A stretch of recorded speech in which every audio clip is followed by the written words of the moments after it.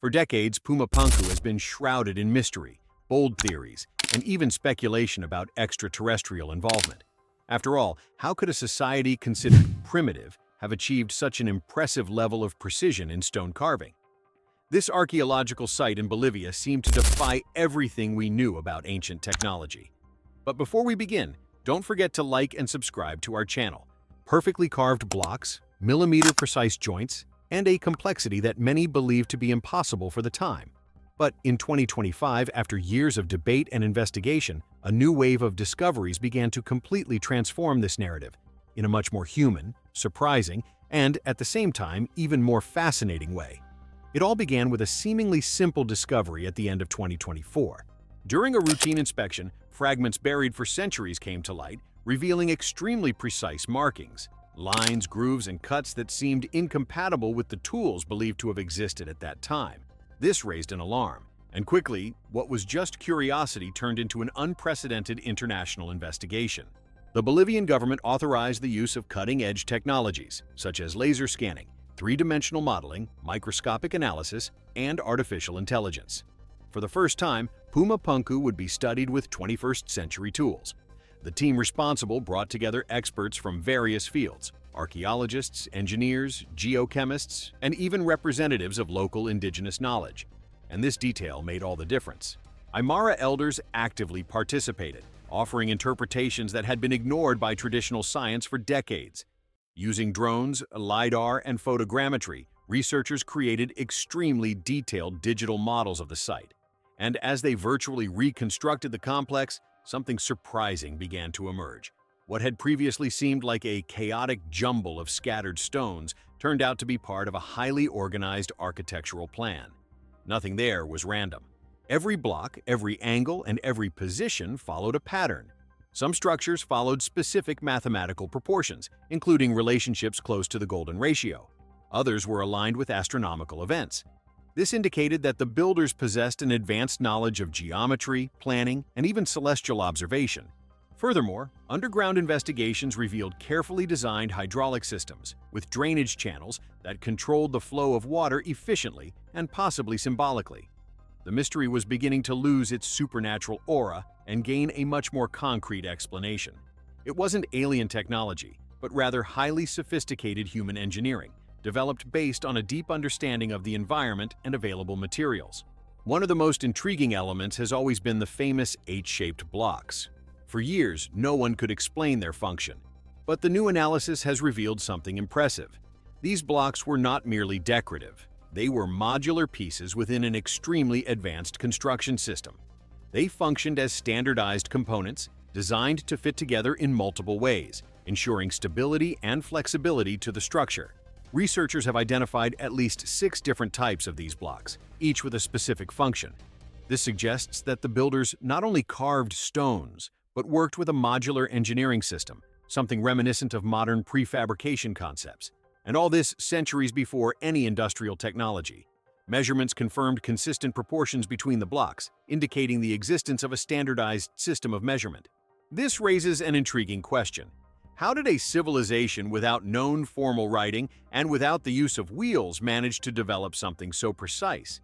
The answer seems to lie in a combination of observation, tradition, and practice accumulated over generations. To test these theories, the team went beyond the digital realm. They created physical scaled prototypes using 3D printing. They assembled structures based on the reconstructed models and tested their strength, fit, and even seismic behavior. The result was surprising. The blocks fit together perfectly, and the angled cuts facilitated assembly, making the process more efficient than it seemed at first glance. Another unexpected aspect emerged during these tests: acoustics. Sounds produced at certain points were transmitted clearly to other areas. This led researchers to consider that the site may have been designed to amplify voices during ceremonies. In other words, in addition to structural engineering, there was also a mastery of acoustic principles. But perhaps the most impactful discovery came from geochemical analysis. By examining rock samples, scientists found something that shouldn't be there: traces of organic material. Carbon and nitrogen, elements associated with plant or animal matter, were identified in blocks of andesite. This was unexpected, since this type of rock forms under conditions that eliminate any organic material. and the results were repeated in several samples. This was not a mistake, it was evidence.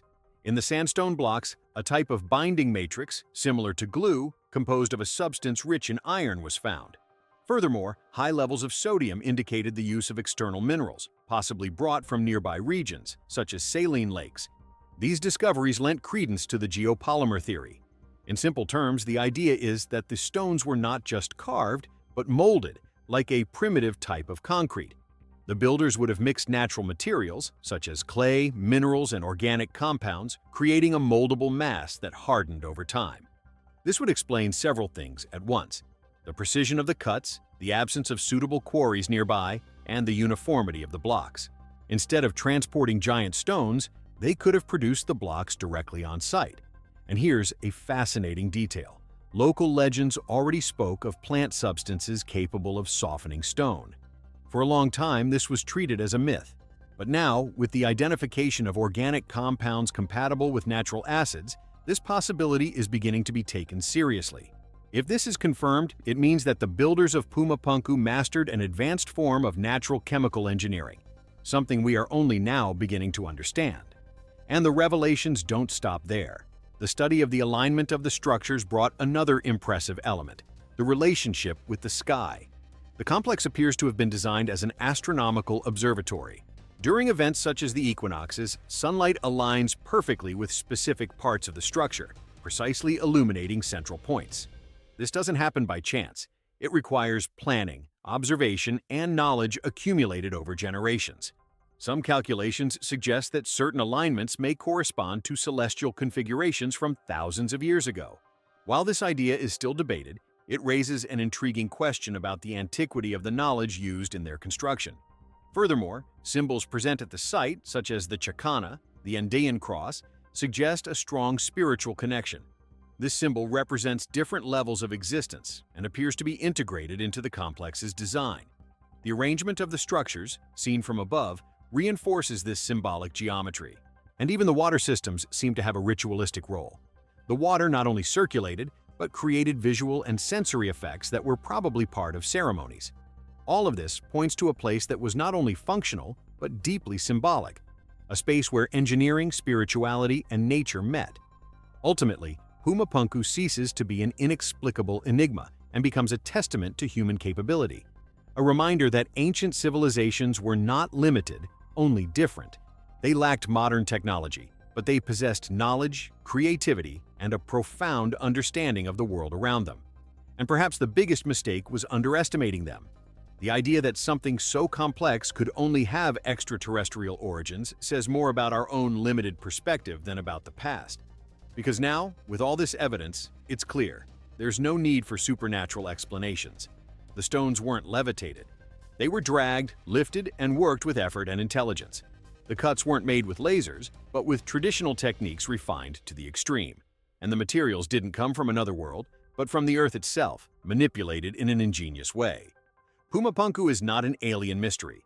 It's a human creation, and that's perhaps even more impressive, because it forces us to rethink everything we believe we know about the past, about when engineering began, about how far human knowledge can go without advanced technology, and above all, about how much we still don't fully understand. Now tell me, do you still think all of this was the work of another civilization? Or are we starting to give real credit to those who built it all? If you enjoyed this type of content and want more stories that challenge everything we think we know about the world, take this opportunity to subscribe to the channel, and comment on what you think might still be hidden in places like this.